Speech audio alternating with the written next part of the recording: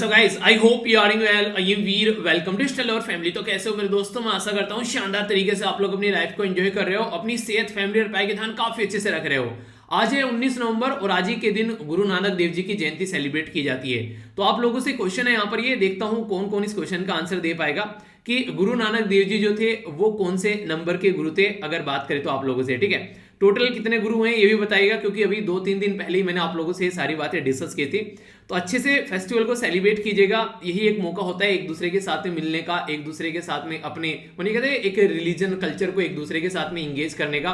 तो हर एक फेस्टिवल को अच्छे सेलिब्रेट करो, क्योंकि एक ऐसे देश में हो जहां पर आप लोगों को ये अपॉर्चुनिटी मिलती है, वरना हर एक देश में ये अपॉर्चुनिटी नहीं मिलती है सबको। ठीक है, तो अच्छे से एंजॉय करना। ओके, बड़ी ही प्यारी बात बोली गई है यहाँ पर, बोला गया optimism. Optimism is the one quality more associated with success and happiness than any other. अगर आप लोग आशावादी हैं तो आप लोग हर एक चीज के साथ में अपने आप को ढंग से कनेक्ट कर पाएंगे अगर देखा जाए, और उसमें सबसे ज्यादा इंपॉर्टेंट चीज है वो है आप लोग की सक्सेस और इसी के साथ में खुशी।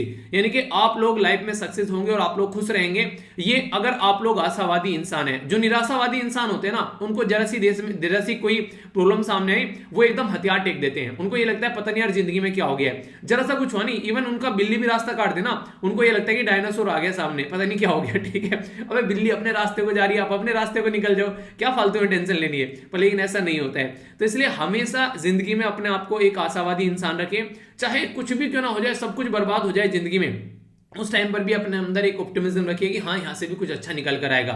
फिर देखिए आप लोगों की जिंदगी में मैरेकल होना स्टार्ट हो जाएगा, आप लोगों की जिंदगी में ऐसे ऐसे चमत्कार होंगे आप लोग यकीन नहीं कर पाओगे। और थोड़ा सा आशावादी अपने आप को बना के देखो और फिर देखो रिजल्ट।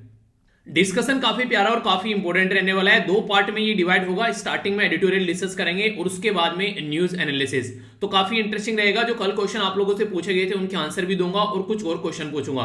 पर इन सब चीजों से पहले मैं आप लोगों के साथ में एक आर्टिकल डिस्कस करूंगा जो आज के ही न्यूज़पेपर का है, और ये काफी इंपॉर्टेंट है। अगर आप लोगों का कोई छोटा भाई बहन है, या फिर आप लोग अगर इस लेवल पर पहुंच चुके हैं, शादी हो चुकी है, आप लोग ये बच्चे हैं, या फिर कोई भी आसपास में आप लोग के पास में बच्चे रहते हैं, तो ये प्रॉब्लम काफी ज्यादा देखने को मिलती है, जो कि बच्चों को सेक्सुअली असोल्ट किया जाता है। तो उसी के चलते एक बहुत बड़ी स्टेटमेंट यहां पर सुप्रीम कोर्ट के द्वारा दी गई है, जो कि एक एक्ट हमारे देश में बना हुआ है जिसको बोलते हैं protection of children from sexual offence. यानी कि ये एक्ट है जो कि बच्चों को सेक्सुअल ऑफेंस से प्रोटेक्ट करता है, यानी किसी भी बच्चे के साथ में कोई गलत छेड़खानी होती है तो उससे बच्चे को प्रोटेक्ट करता है। तो इस एक्ट के अंदर अगर बात माने तो यहां पर यह था कि कोई बच्चे को अगर गलत तरीके से टच करता है उसके प्राइवेट पार्ट, यानी कि जैसे लड़का है वेजाइना, अगर कोई लड़की है एक तरीके, जो लड़की है वेजाइना, अगर कोई लड़का है पेनिस या फिर एनस या फिर ब्रेस्ट, कोई भी ऐसा पार्ट अगर बच्चे का टच करता है, तो यहां पर क्या था कि एक तो होता है कि जैसे कपड़े पहन रखे हैं इंसान ने, कपड़े के ऊपर से बच्चे को टच कर रहा है उसके प्राइवेट पार्ट को, एक होता है कपड़े के अंदर से टच कर रहा है। तो यहां पर अभी क्या किया गया था, एक पर्टिकुलर बॉम्बे हाईकोर्ट के द्वारा एक केस में, कि बच्चे को टच किया गया था कपड़ों के ऊपर से।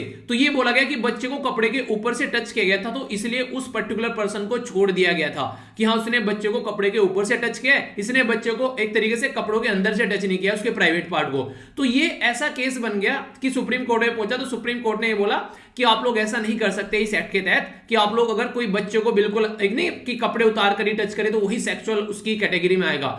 अगर किसी की ऐसी एक तरीके से नहीं, एक इंटेंशन अगर उसकी ऐसी बनी हुई है, वो इंसान की ऐसी हरकतें सोच भी रहा है, तो इसको उस तरीके की कैटेगरी में रखा गया, जो कि काफी इंपॉर्टेंट आप लोग बोल सकते हैं कि उसका इरादा है कुछ ऐसा, वो टच कर रहा है ना बच्चे को, उसका इरादा बन गया, तो इसको भी सेक्शन 7 जो है पोस्को, जो यहां पर पोक्सो का, उसके अंदर इसको कनेक्ट किया जाएगा। ये सुप्रीम कोर्ट ने बोला है। ये बहुत बड़ी बात है अपने आप में, वरना इस तरीके के इंसान क्या करते थे, वो बचकर निकल जाते थे, अब यहां पर ये बचकर नहीं निकलेंगे। तो ये काफी इंपॉर्टेंट एक्ट है जिसके बारे में आप लोगों को याद रखना है, और खासकर हमेशा ये बात ध्यान रखिएगा, ऐसी कोई भी हरकतें करता हुआ हमेशा वो इंसान आप लोगों को नजर आएगा जो आसपास में आप लोगों को देखने को मिलेगा। तो जो पोक्सो एक्ट है हमारे देश में, ये 2012 में लाया गया था, protection of children from sexual offence, यानी कि जो बच्चे हैं उनको सेक्सुअल ऑफेंस से बचाने के लिए यहां पर ये एक्ट लाया गया था। तो प्रोटेक्ट प्रोवाइड कराना बच्चों को, अगर कोई सेक्सुअल असोल्ट लड़का करता है, सेक्सुअल हरासमेंट करता है, और इसी के साथ में कोई पोर्नोग्राफी जैसी चीजें अगर देखने को मिलती हैं, तो एक तरीके से बच्चे को सेफगार्ड करना है, उसका इंटरेस्ट और बच्चे का ध्यान रखना है, ताकि बच्चा आगे चल के अपनी जिंदगी को अच्छे से एंजॉय कर सके। इंपॉर्टेंट स्टेटमेंट कई बार क्वेश्चन की फॉर्म में एग्जाम में पूछ ली जाती है कि 18 साल से नीचे के जो पर्टिकुलर जो बच्चा होगा, मतलब 18 साल से नीचे के एज के जो इंसान होगा उसको बच्चा माना जाएगा यहाँ पर, ठीक है।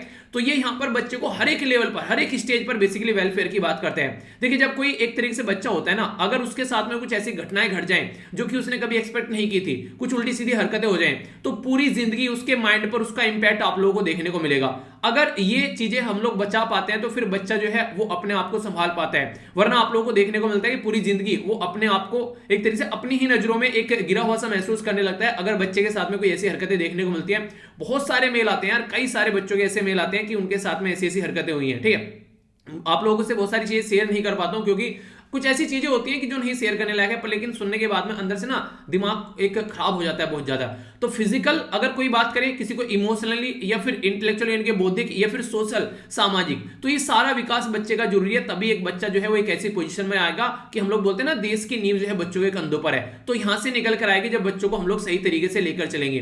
तो ये एक्ट क्या करता है, ये एक्ट वैसे डिफाइन करता है पेनिट्रेशन हो रहा है किसी बच्चे के साथ में, एक तरीके सेक्सुअल कोई एक हरकत की जा रही है, ठीक है। नॉन पेनिट्रेशन असोल्ट भी यहां पर काउंट कर रखा है, एज वेल एज अगर बात करें तो सेक्सुअल हरासमेंट और पोर्नोग्राफी।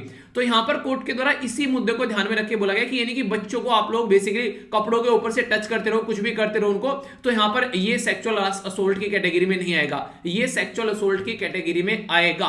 तो इसलिए यहां पर ये काफी इंपॉर्टेंट मुद्दा बन गया। तो सेक्सुअल असोल्ट जो करना है यहां पर हमेशा ये सर्कमस्टेंसेस आप लोग ऐसे बनेंगे कि कई बार उन बच्चों के साथ में देखने को मिलता है जो बच्चे मेंटली इल होते हैं, यानी क्यों नहीं कहते कि बच्चा जो है शरीर से तो बड़ा हो गया है पर लेकिन माइंड से बड़ा नहीं हुआ है। तो हमेशा ऐसे लोग आप लोगों को यहां पर ऐसे बच्चों के साथ में हरकतें करते हुए नजर आएंगे। इसी के साथ में मैक्सिमम टाइम कौन देखने को मिलेगा यहां पर अगर बात करें तो जो एब्यूज किया जाता है उन्हीं लोगों के द्वारा किया जाता है जो कि आप लोगों के आसपास में कोई फैमिली मेंबर, कोई पुलिस ऑफिसर, कोई टीचर, कोई डॉक्टर, यानी कि जिन पे बहुत ज्यादा ट्रस्ट होता है ना, वो आप लोगों को ऐसी हरकतें करते हुए नजर आएंगे। तो इसलिए बोला जाता है कि कहीं ना कहीं ये जो लोग होते हैं ये चीजों को संभालने वाले होते हैं, ठीक है, जिनके ऊपर ट्रस्ट रहता है, ऑथोरिटी रहती है। तो यहां पर एक तरीके से इन लोगों को कि पड़ोस का है यार, दोस्त है, बहुत अच्छा दोस्त है, बच्चे को उसके पास में छोड़ के चले जाते हैं, तो ये काफी गलत एक्ट आप लोगों को यहां पर देखने को मिलता है। तो बच्चों को प्रोटेक्ट करना काफी ज्यादा जरूरी है, तो इसके चलते हम लोग को ध्यान रखना पड़ेगा। और इसी के चलते यहां पर जो सेक्सुअल एब्यूज है उस केस को बोला गया कि विद इन 1 ईयर यहां पर उस केस को कंप्लीट करना है। पर यह भी दिक्कत देखने को मिलती है कि 1 ईयर के अंदर वो केस कंप्लीट नहीं हो पाते, इसलिए कई बार इसका क्रिटिसिज्म भी होता है कि जो यहां पर ये एक्ट बना दिया गया तो इसका क्या फायदा है। कुछ और इंपॉर्टेंट बातें अगर यहां पर बात करें हमारे देश के अंदर क्या क्या रूल और रेगुलेशन है, अगर कुछ लिखने के लिए या फिर डायरेक्ट भी क्वेश्चन बने तो याद रखिएगा कई सारे की प्रोविजन है हमारे देश में जब क्रिमिनल लॉ के हिसाब से हम लोग बात करते हैं। अगर रेप किया जाता है किसी लड़की का और उसकी एज जो है वो 12 साल से नीचे है तो यहां पर 20 साल तक के यहां पर जेल और या लाइफ टाइम इंप्रिजनमेंट या फिर डेथ भी पर्सन को हो सकती है। यानी कि अगर बात करें, मैंने अभी बोला कि 18 साल से नीचे के बेसिकली एज को बच्चा माना जाएगा, पर लेकिन यहां पर 18 साल के अंदर के नीचे भी कई क्राइटेरिया तैयार कर दिए गए हैं, ठीक है। रेप किया, इसी के साथ में यहां तो रेप की बात की जा रही है, कोई पर्टिकुलर एक पर्सन करे। यहां पर अगर कोई गैंग रेप की बात करे एक लड़की के साथ में, ठीक है, जो 12 साल से नीचे की है, तो उसको इम्प्रिजनमेंट ऑफ द लाइफ और डेथ ये देखने को मिलेगा। 20 साल वाला फंडा खत्म हो गया यहां पर। अगर रेप किया जा रहा है एक ऐसी लड़की का जो 16 साल के नीचे की है तो मिनिमम पनिशमेंट जो है वो 10 से 20 ईयर है और यहां पर लाइफ टाइम इंप्रिजनमेंट भी है, यहां पर डेथ का प्रोविजन हटा दिया है, ठीक है। अगर गैंग रेप किया जाता है यहां पर तो यहां पर इंप्रिजनमेंट हो जाता है, तो उसके बारे में बात की जा रही है। बेसिकली इंप्रिजनमेंट ये लाइफ टाइम कैटेगरी में आप लोगों को देखने को मिलेगा। रेप एक वुमेन का होता है तो 7 से लेकर 10 साल की सजा यहां पर उसके आगे भी एक्सटेंड किया जा सकता है। तो इसी के चलते सारे प्रोविजन आप लोगों को देखने को मिलेंगे।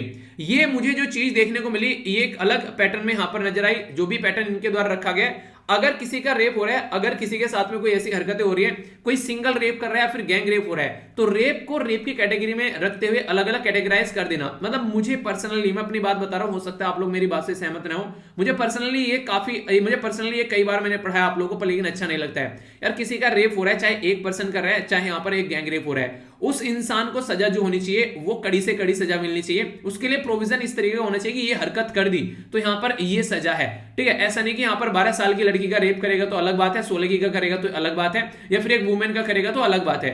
तो ये मुझे मतलब पर्सनली मुझे नहीं लगा, हालांकि इनका जो बेसिक पर्पस ये है कि ज्यादा ग्रेव बना देना उसको, कि अगर छोटे बच्चे के साथ में कोई हरकत करता है वो अपनी जगह सही है, पर लेकिन थोड़ा सा भी फिर भी यहां पर मुझे वो चीज मतलब अच्छा नहीं लगता है कि यहां पर कि जब रेप हो रहा है तो किसी भी एज के साथ में क्यों ना हो रहा उसको उसी लेवल की तगड़ी सजा मिलनी चाहिए। हमारे देश में एक बॉडी आती है यहाँ पर जिसको बोलते हैं national commission for protection of child right, ये याद रखिएगा।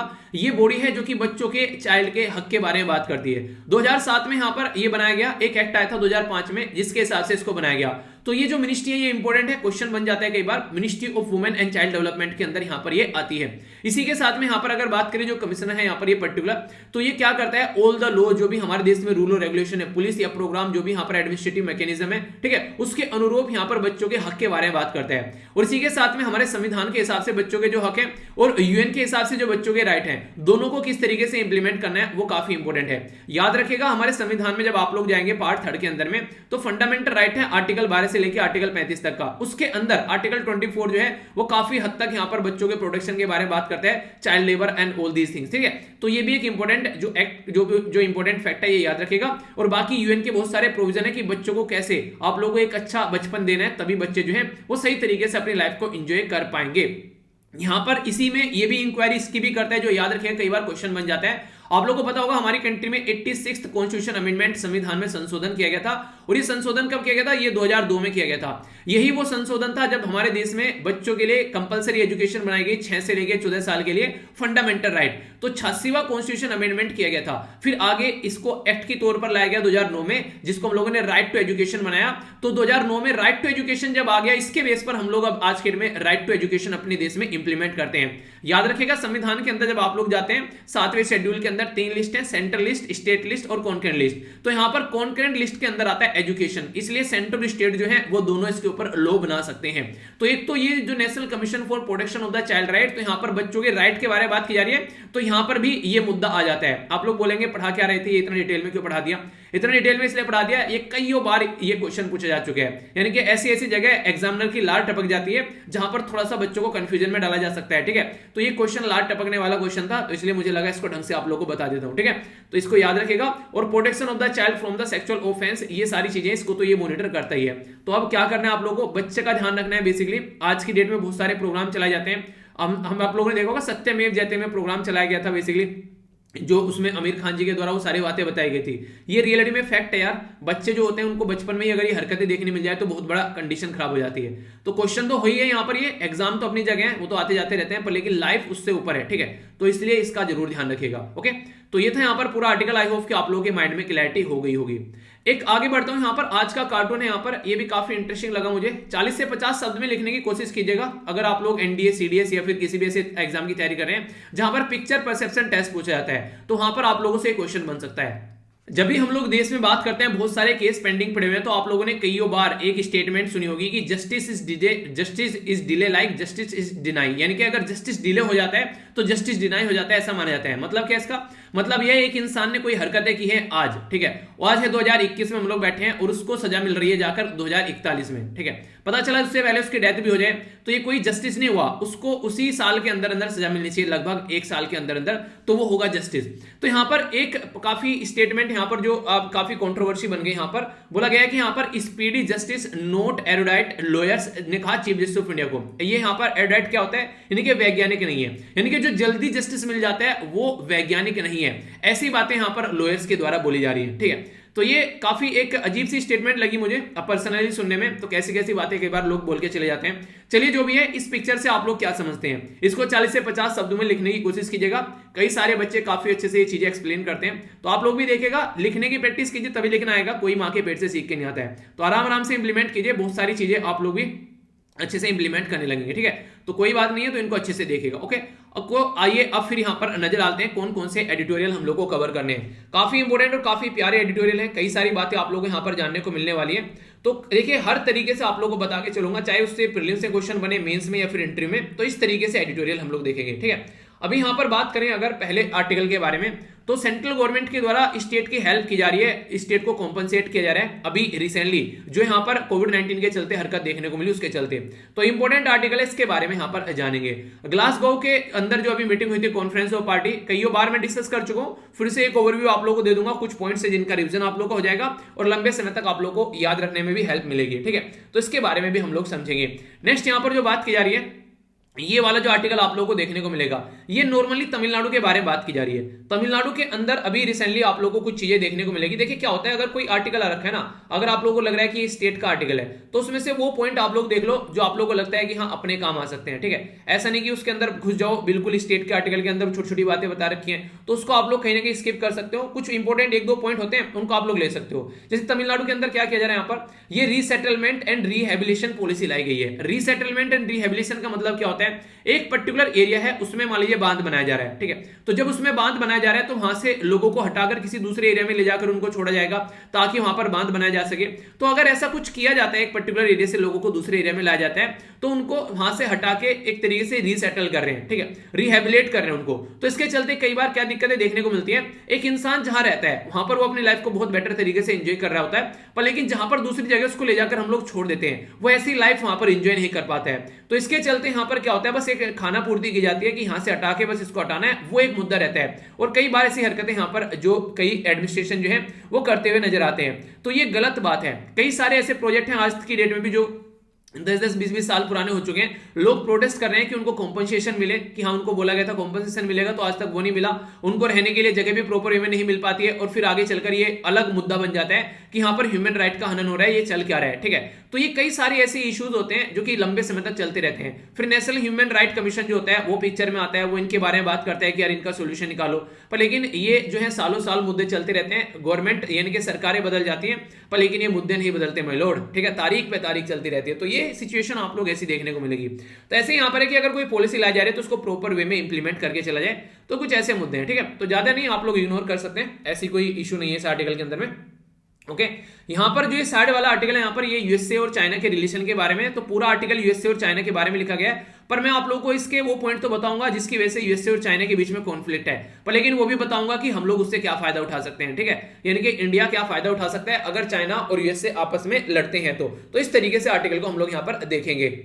अभी आप लोगों ने T20 वर्ल्ड कप यहां पर देखने को मिला, इंडिया और पाकिस्तान के बीच में जो यहां पर मैच हो और उसमें इंडिया हार गया, उसके बेस में उसके बाद में देश के अंदर जो माहौल बना उसके बारे में आर्टिकल है। ठीक है, ऐसे क्वेश्चन आप लोगों से कुछ इंटरव्यू में पूछे जा सकते हैं कि क्या ये पॉसिबल है एक ही टाइम पर कि आप लोग क्रिकेट को भी एंजॉय कर सकें और आप लोग देशभक्ति बन सकें। तो अगर इसका क्वेश्चन का आंसर मैं आप लोगों से पूछूं तो आप लोग क्या बोलोगे, यानी कि आप लोग क्रिकेट भी एंजॉय करना है। क्रिकेट एंजॉय करने का मतलब होता है कि आप लोग को ये नहीं देखना है कौन सी टीम जीत रही है, इसका मतलब है कि जो भी अच्छा खेले चाहे वो कोई भी प्लेयर क्यों ना हो, आप लोगों को उसको अप्रिशिएट करना है। ठीक है, और दूसरा यहां पर यह भी है आप लोगों को एक तरीके से देशभक्त भी बने रहना है। तो क्या ये चीजें पैरेलल में पॉसिबल हैं, तो इसका आंसर आप लोग क्या देंगे, तो इसका आंसर आप लोग दीजिए, फिर मैं आप लोगों को बताता हूं इसका आंसर जब डिस्कस करूंगा आर्टिकल। ठीक है, यहां पर अगर बात करते हैं तो ये आर्टिकल बेसिकली वैसे तो पॉलिटिक्स का आर्टिकल है पूरा, पर लेकिन यहां पर जो मुद्दा किया गया है वो है बेसिकली सेंटर और स्टेट के रिलेशन के बारे में बात की जा सकती है आप लोगों से। तो वो क्या होगा उसके बारे में आप लोगों से बात करूंगा अभी यहां पर, और यहां पर ये डेटा पॉइंट है जिसको आप लोग इग्नोर कर सकते हैं। ठीक है, तो ये यूएसए के बारे में तो हमारे किसी काम का नहीं है।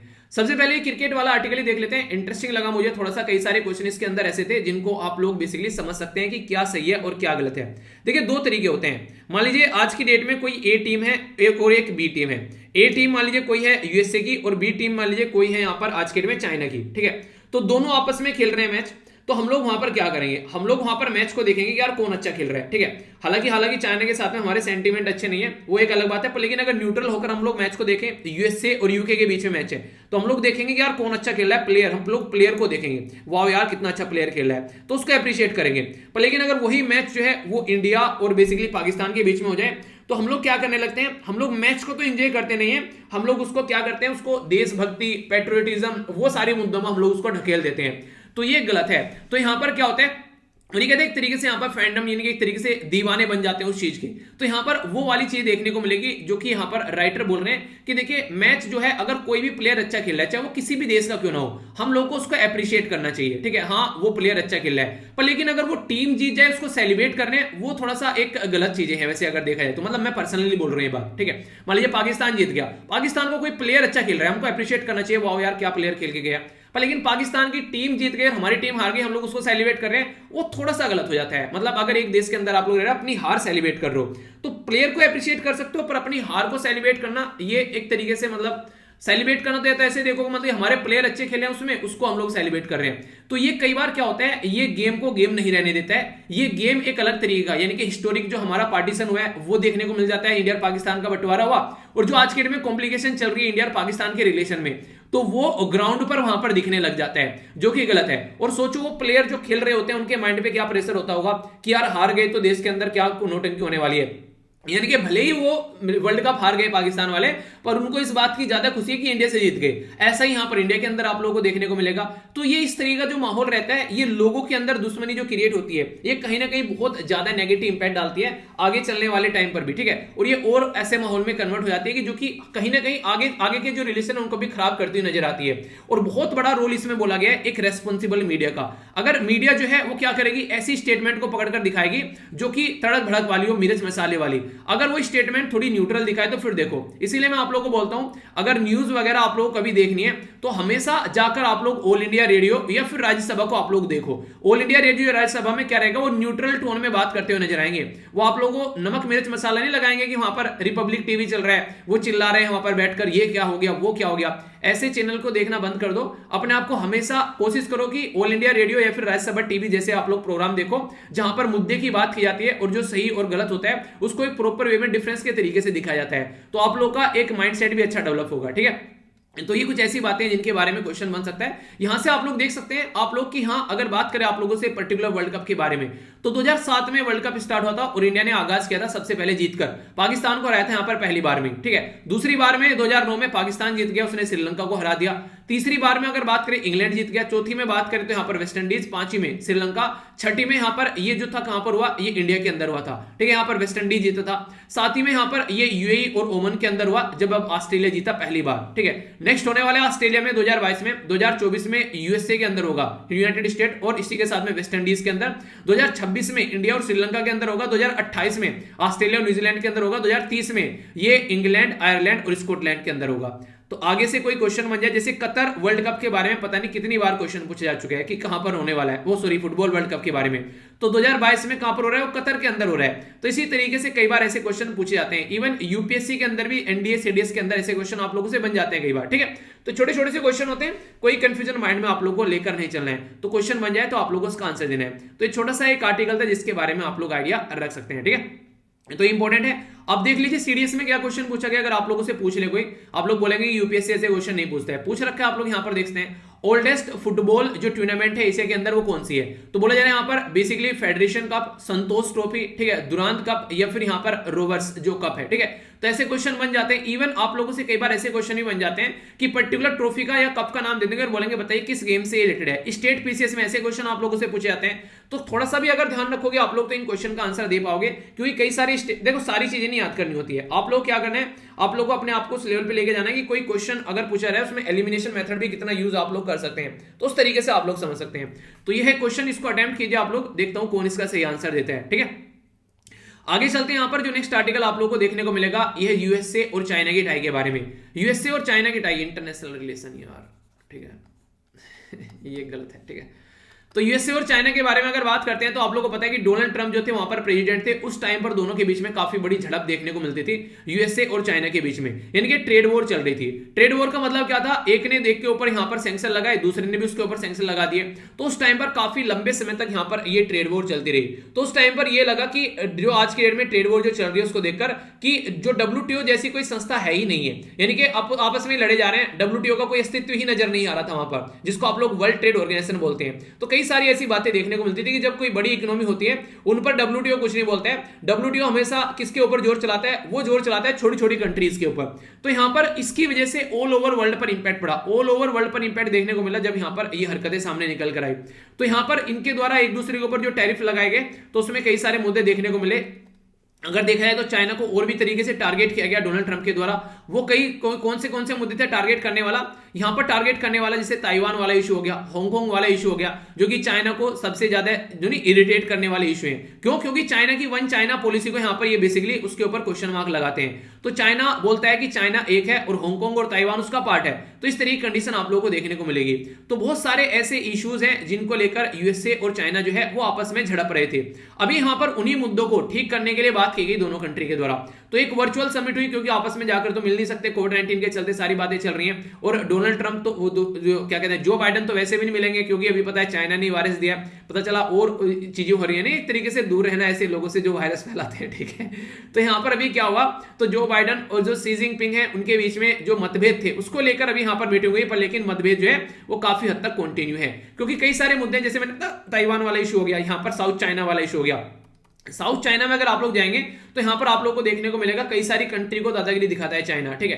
तो इसके चलते भी दिक्कतें देखने को मिलती हैं, यानी कि चाइना ये बोलता है कि ये मेरा एरिया है, और यहां पर वो किसी भी कंट्री का जो हक है उसको मानने के लिए तैयार रहता है। तो इंटरनेशनल रूल और रेगुलेशन को मानता नहीं है, उनकी फरकच्चियां उड़ाता हुआ चाइना यहां पर नजर आता है।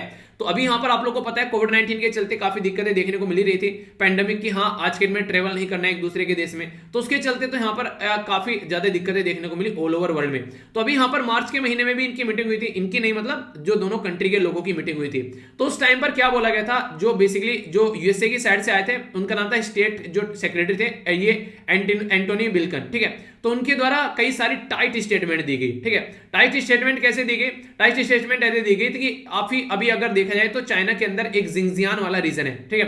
तो जिंगजियान वाले रीजन में जो माइनॉरिटी है मुस्लिम कम्युनिटी, उसके ऊपर कई सारे अत्याचार चाइना के द्वारा किए जाते हैं। तो उसको लेकर कई बार इशू उठाता है ह्यूमन राइट का इशू यूएसए कि यहाँ पर चाइना क्या हरकतें कर रहा है, तो ये वाला मुद्दा था। तो उसके चलते हांगकांग वाला मुद्दा था और ताइवान वाला मुद्दा था।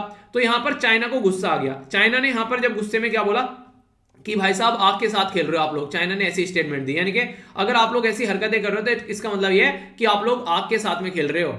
और ये बोल के मना कर दिया कि हमारा इंटरनल इशू है, इससे आप लोग थोड़ी सी डिस्टेंस बनाकर रखो, यानी कि ये हमारे इंटरनल इशू है, इनके बारे में कुछ नहीं बोलेंगे, इससे आप लोग अपनी डिस्टेंस बनाकर रखो तो उतना ही ज्यादा बेटर रहेगा।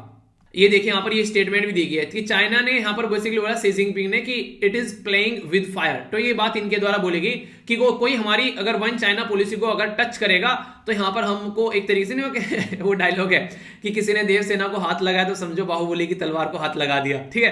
तो वही बात यहां पर चाइना के द्वारा बोलेगी कि अगर किसी ने वन चाइना पॉलिसी को हाथ लगाया तो समझो तुमने आग के साथ में खेल लिया।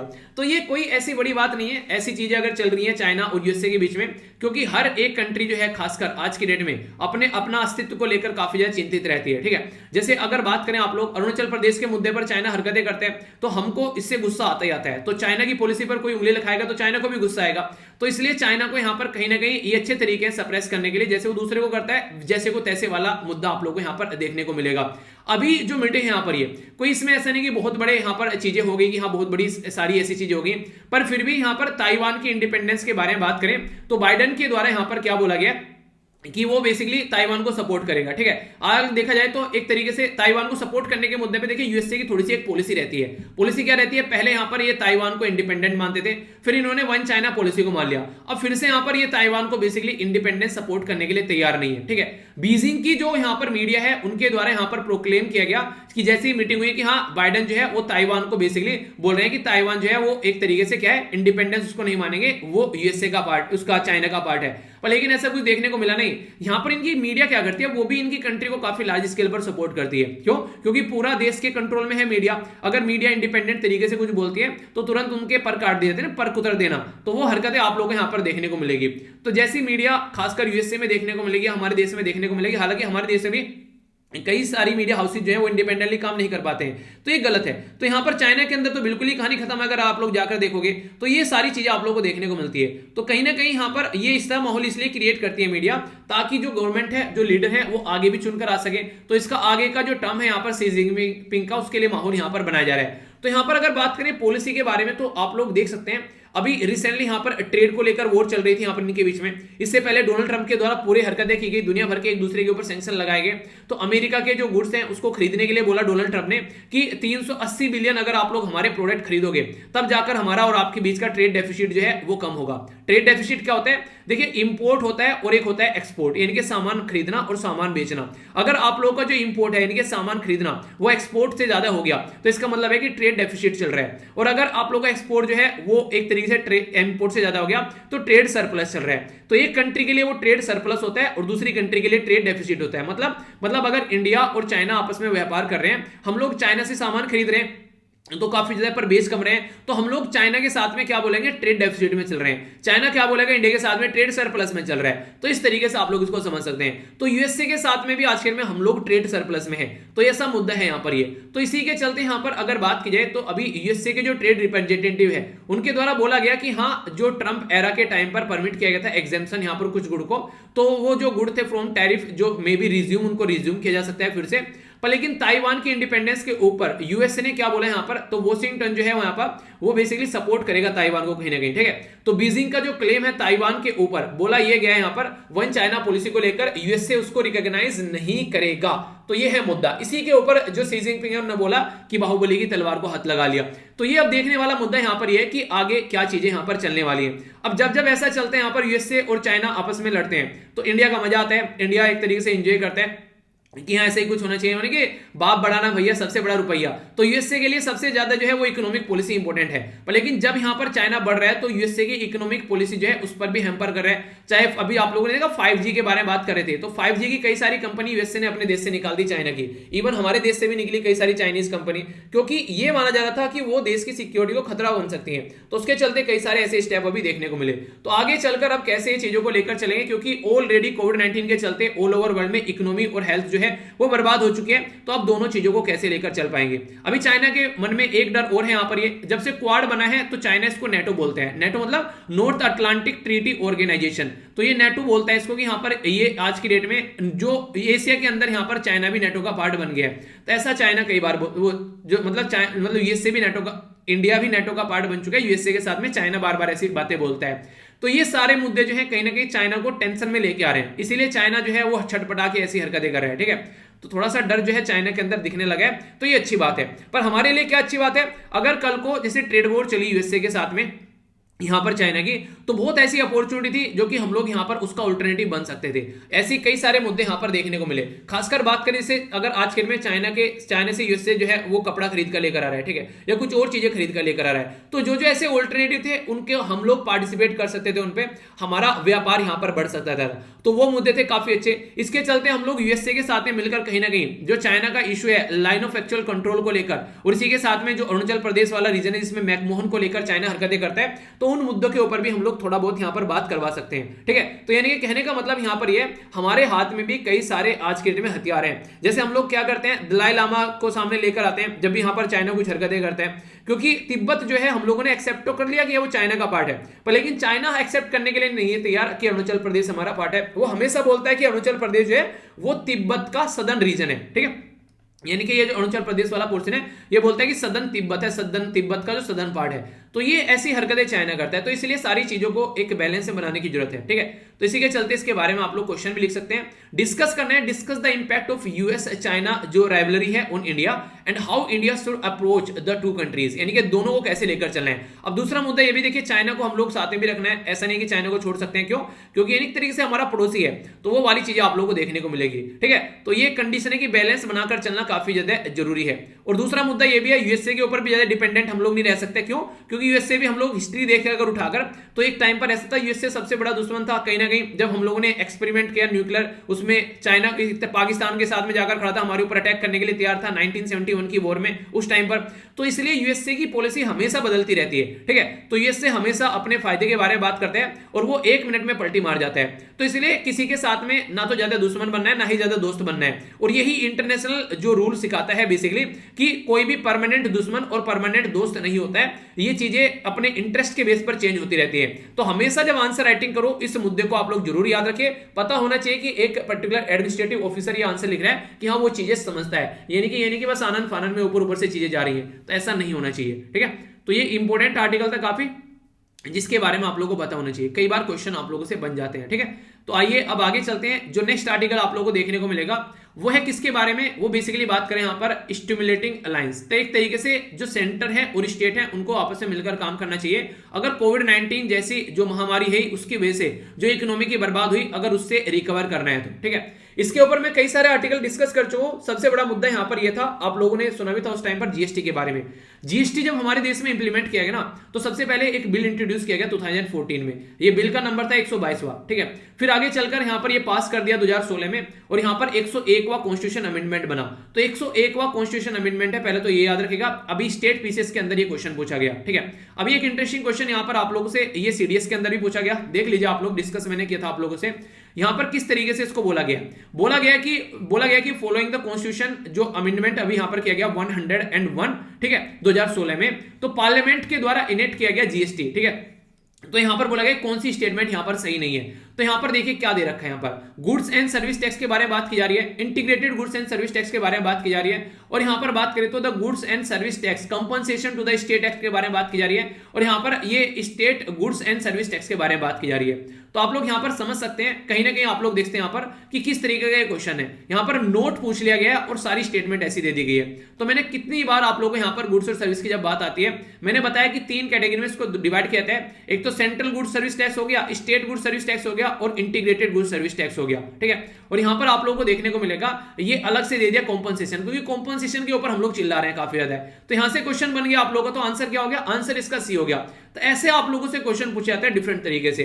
और स्टेट पीसीएस के अंदर शायद यूपी पीसीएस का किसका पेपर था, आई थिंक, उसके अंदर पूछा गया था कि कौन से नंबर का कॉन्स्टिट्यूशन अमेंडमेंट है। तो आप लोगों से ऐसे क्वेश्चन बन जाएंगे। तो यहीं से ही घूम फिरकर क्वेश्चन आप लोग आते रहते हैं। अगर कॉन्सेप्ट को एक बार क्लियर कर लोगे तो फिर कैसा भी क्वेश्चन बन जाए तो उसका आंसर आप लोग दोगे। तो निर्मला सीतारमण जो हमारी देश की फाइनेंस मिनिस्टर है, उनके द्वारा अभी यहां पर जो जीएसटी के लिए कॉम्पनसेशन करने की बात की गई है। रीजन क्या है, रीजन ये है जब जीएसटी इंप्लीमेंट किया जा रहा था उस टाइम पर ये बोला गया था कई सारे राज्य के द्वारा, यार जीएसटी तो इंप्लीमेंट कर रहे हो जिसको आप लोग गुड्स एंड सर्विस टैक्स बोल रहे हो, पर लेकिन दिक्कत यहां पर यह है कि ये टैक्स इंप्लीमेंट करने से हमारा बहुत सारा पैसा जो है जो हम लोग इकट्ठा करते थे राज्य के अंदर में, वो हम लोग अब टैक्स नहीं लगा पाएंगे और कहीं ना कहीं हमारा रिवेन्यू यहां पर कम होगा। तो उस टाइम पर सेंट्रल गवर्नमेंट ने ये बोला था कि आने वाले 5 साल तक हम लोग देखेंगे कितना आप लोग का बेसिकली खर्चा हो रहा है, कितना आप लोगों की कमी आ रही है, उसकी हम लोग भरपाई करेंगे और हम लोग यहां पर सेट टैक्स को शेयर करेंगे। तो ये बातें उस टाइम पर तो सेट हो गई, चलो हाँ ठीक है ऐसे ही करके चलेंगे, पर लेकिन अभी इसके अंदर भी कई सारे इशू देखने को मिलेंगे। तो पहला तो आप लोग यही याद रखेगा आर्टिकल 246, तो ये क्या करता है, ये गुड्स एंड सर्विस के अंदर स्टेट को पावर देता है। और जीएसटी काउंसिल जो यहां पर बनाई गई थी, जिसको चेयर कौन करते हैं, ये करते हैं बेसिकली प्रेसिडेंट होते हैं इसके फाइनेंस मिनिस्टर, तो एफएम, तो यहां पर एफएम चला देते हैं, याद रखना, ठीक है। तो 279A के अंदर आप लोग को ये यहां पर नजर आएगा। इंपॉर्टेंट मुद्दा यहां पर ये निकल के आ रहा है कि जब गुड्स और सर्विस टैक्स को इंप्लीमेंट यहां पर किया जा रहा है, तो यहां पर बोला गया था कि यहां पर इस तरीके से टैक्स को हम लोग इकट्ठा करेंगे, पर लेकिन यहां पर कई जगह ऐसी भी बातें आप लोग को देखने को मिलती है। सेंटर क्या कर रहा है, वो सेस लगाता जा रहा है। सेस क्या होता है, ये टैक्स ऑन टैक्स होता है एक तरीके से, ठीक है, सेस हो गया या फिर सरचार्ज हो गया। तो सेस और सरचार्ज क्या रहते हैं, ये सेंट्रल गवर्नमेंट के खाते में जाते हैं, ना कि सेंटर और स्टेट जो है वो आपस में इनको शेयर करते हैं। तो ये बहुत बड़ा मुद्दा बन गया कि सेंटर जो है वो ऑल्टरनेटिव देख रहा है टैक्स का, ताकि ज्यादा राज्य के साथ में उसको शेयर न करना पड़े। तो ये भी एक काफी बड़ा मुद्दा है जो कि फेडरलिज्म के सिस्टम पे वॉर करता हुआ नजर यहां पर आता है। तो इसके बारे में आप लोग छोटा सा पॉइंट याद रखिएगा। अभी यहां पर क्या बोला गया कि सेंटर जो है वो रिलीज करेगा 95,000 करोड़ रुपए, ठीक है, जो कि स्टेट को यहां पर मिलेंगे। तो इसके चलते यहां पर फाइनेंस मिनिस्टर जो निर्मला सीतारमण है उनके द्वारा अनाउंस किया गया, और यहां पर मिलकर सारे काम करेंगे कोविड-19 से पेंडेमिक के निकलने के लिए। जब तक सेंटर और स्टेट जो है वो मिलकर काम नहीं करेंगे एक संघवाद के ढांचे के तहत, यानी कि फेडरल सिस्टम के तहत, तब तक सोल्यूशन निकलकर यहां पर नहीं आएगा। तो इसके चलते सबको साथ में लाने की जरूरत है। और ये काफी एक्सेप्शनल ईयर था, यानी कि हर बार पेंडेमिक थोड़ी ना आएगा कि हर साल पेंडेमिक आ रहा है, पर अभी जो आग है उसके साथ में हम लोग को निपटना पड़ेगा। एक तो ये इंपॉर्टेंट मुद्दा बोला गया। दूसरा, जो गवर्नमेंट यहां पर कुछ दिनों पहले अभी अड़ रही थी, गवर्नमेंट ने हाथ उठा दिए थे, सेंट्रल गवर्नमेंट ने पता है क्या बोला स्टेट गवर्नमेंट को, ऐसा है हम तुमको नहीं जानते, ठीक है, तो एक तरीके से तुमको जो करना है वो कर लो, जहां से पैसा उधार लेना है ले लो, ऐसी ऐसी बातें बोली गई। और यहां पर इनको सपोर्ट करने से मना कर दिया, कि मतलब चिल्लाने लगे हमारे पास से पैसा नहीं, तुमको कैसे पैसा दे। तो ये ऐसी बातें देखने को मिली। तो दोनों के बीच में यहां पर टकराव हो गया था काफी बड़ा। तो इसके चलते ये लग रहा था कि ऑलरेडी आप लोगों ने स्टेट की जो टैक्स लगाने की पावर छीन ली है जीएसटी को लगाकर, ऊपर से इनको पैसा भी नहीं दे रहे हैं, तो इनको नंगा भूखा करके छोड़ोगे स्टेट को। तो संघवाद के ढांचे पर बिल्कुल एक तलवार लटक गई। जो बोले थे जीएसटी लाए तो ये फेडरल कॉस्ट जो एक तरीके कि जो फेडरलिज्म है उसको और ज्यादा स्ट्रॉन्ग करेगा। और कोऑपरेटिव फेडरलिज्म की कॉन्सेप्ट बोला जाता है यहाँ पर। कोऑपरेटिव मतलब एक दूसरे के साथ में कोऑपरेशन कर रहे हैं और फेडरलिज्म को बढ़ाने का काम कर रहे हैं। पर लेकिन कोऑपरेटिव फेडरलिज्म जैसा कुछ देखने को मिला नहीं यहाँ पर। जब दिक्कत आ गई, कोऑपरेशन का मतलब क्या होता है कि नहीं मैं तुम्हारा दोस्त हूं, तुम मेरे दोस्त हो, यार जब दिक्कत आ रही है तो एक दूसरे का साथ दे देना। पर लेकिन यहाँ पर दिक्कत में तुम साथ छोड़कर भागे, तो कैसा दोस्त, ऐसे दोस्त से अच्छा तो दोस्त ना हो, कम से कम ऐसा तो ना रहे कि हाँ उसके ऊपर टिके हुए कि हाँ ये साथ देगा टाइम पर, तो ऐसे देखना पड़ेगा। तो जीएसटी कॉम्पनसेशन की अब यहां पर बातें निकल कर आई चलो थोड़ा सा सही है, अब भी चीजें थोड़ा सा सुधरेंगी कम से कम। स्टेट जो है वो एक तरीके से यहाँ पर एक तरीके से अभी पॉजिटिव कैश बैलेंस में अब देखने को मिलेंगे, तो अच्छे से यहाँ पर चीजों को हैंडल कर पाएंगे। और यहाँ पर जब ग्रोस जो स्टेट डोमेस्टिक प्रोडक्ट के बारे में बात करें तो एडिशनल 0.5% एडिशनल भी बोला गया था कि वो यहाँ पर बाहर से भी उधारी ले सकते हैं। तो कहने का मतलब यहाँ पर ये अब थोड़ी सी चीजें सुधरती नजर आएंगी। तो ये तो मैंने आप लोगों को यहाँ पर बता दिया जीएसटी के बारे में। थोड़ा सा बेसिकली इसका बैकग्राउंड भी आप लोगों से कई बार पूछ लिया जाता है, ठीक है, हिस्ट्री में थोड़ा चले जाए ना तो ऐसे क्वेश्चन ही बन जाते हैं। 2003 में यहाँ पर केलकर टास्क फोर्स बनाई गई थी, उसने बोला था कि इनडायरेक्ट टैक्स जैसा कोई टैक्स लेकर आना है जिसको जीएसटी बोला गया। जीएसटी कैसा टैक्स है याद रखना, ये इनडायरेक्ट टैक्स है। इनडायरेक्ट मतलब ये डायरेक्ट आप लोग गवर्नमेंट को पे नहीं करते हो, आप लोग कोई प्रोडक्ट खरीदते हो, कोई सर्विस खरीदते हो, उस पर जीएसटी लगता है और वो गवर्नमेंट तक जाता है, ठीक है। मान लीजिए आप लोग कोई फोन खरीद कर लेकर आए तो उस पर टैक्स आप लोगों को देखने को मिलेगा, आप लोगों ने दुकानदार को पैसे दिए पर इनडायरेक्ट वे में वो गवर्नमेंट तक पहुंच जाता है। तो यहां पर ये सेंट्रल टैक्स हो गया, ये इंटर स्टेट टैक्स हो गया, वेट जैसे कि आप लोग को देखने को मिलेगा। तो कई सारे ऐसे टैक्स यहां पर इसके अंदर सब्ज्यूम कर लिए गए। तो जीएसटी जो है यहां पर वो रिस्ट्रक्चर करता है इनडायरेक्ट टैक्स को, ताकि देश के अंदर टैक्स की स्ट्रक्चर जो है कॉम्प्लेक्स थी उसको थोड़ा सा आसान बनाया जा सके। और इंपावर करता है committee of state finance minister की वो कॉन्स्टिट्यूट करे एक रोड मैप कि कैसे आगे लेकर आप लोगों को चीजों को लेकर चलना है। इससे पहले 2011 में भी ट्राई किया गया था यहाँ पर, उस टाइम पर जो बेसिकली जो कांग्रेस की गवर्नमेंट थी, पर लेकिन उसको पास नहीं करा पाए, ठीक है, जो कि लैप्स हो गया जैसी लोकसभा जो है वो डिसोल्व हुई। अगेन फिर यहाँ पर ट्राई किया गया, 122वां कॉन्स्टिट्यूशन अमेंडमेंट किया गया, तो यहां से चीजें फिर जो है वो थोड़ी आगे बढ़ी और फिर आगे चल के यहां पर क्या बन गया, आगे चलकर ये एक्ट बन गया। तो बिल और एक्ट भी कई बार कंफ्यूजन में आप लोगों को डाल देते हैं। बिल का नंबर हमेशा बड़ा होगा, जैसे 122 है, क्यों? क्योंकि बहुत सारे बिल पास नहीं होते हैं, पर लेकिन जो एक्ट बन गया वो हमेशा आप लोगों को कम नंबर देखने को मिलेगा, जैसे 101वां हो गया। तो ये कई बार स्टेटमेंट देकर आप लोगों से क्वेश्चन भी बन जाते हैं यार, तो इसके बारे में याद रखिएगा, कुछ कुछ बातें पता होना चाहिए। अगर कोई आप लोगों से पूछ लेगी डीजल और पेट्रोल के प्राइस अलग अलग राज्यों में अलग अलग क्यों होते हैं, क्योंकि भाई साहब वो जीएसटी के अंदर नहीं आते हैं, तो ये इंपॉर्टेंट मुद्दा है जो आप लोग याद रखिएगा। शराब जो है अभी आप लोगों को देखने को मिलेगा, अरविंद केजरीवाल साहब ने क्या किया, बेसिकली ठेके थे जो सरकारी शराब के, उनको बंद करने की बात की जा रही है और यहां पर प्राइवेट के हाथ में दिए जा रहे हैं, तो उससे दबाकर टैक्स लगाया जाएगा उनके ऊपर, तो पैसा कमाया जाएगा। और शराब तो एक ऐसी चीज है कि एक तरीके से इंसान जो है कभी छोड़ने के लिए तैयार ही नहीं है, तो एक तरीके से इससे यहां पर पैसा कमाया जाता है फिर, यानी कि लोगों की आदत खराब है, इसका फायदा उठा के गवर्नमेंट फायदा उठाती है, इसलिए तो बीड़ी सिगरेट दारू ये सारी बंद नहीं की जाती है, गुटखे वगैरह जो खाए जाते हैं, ठीक है।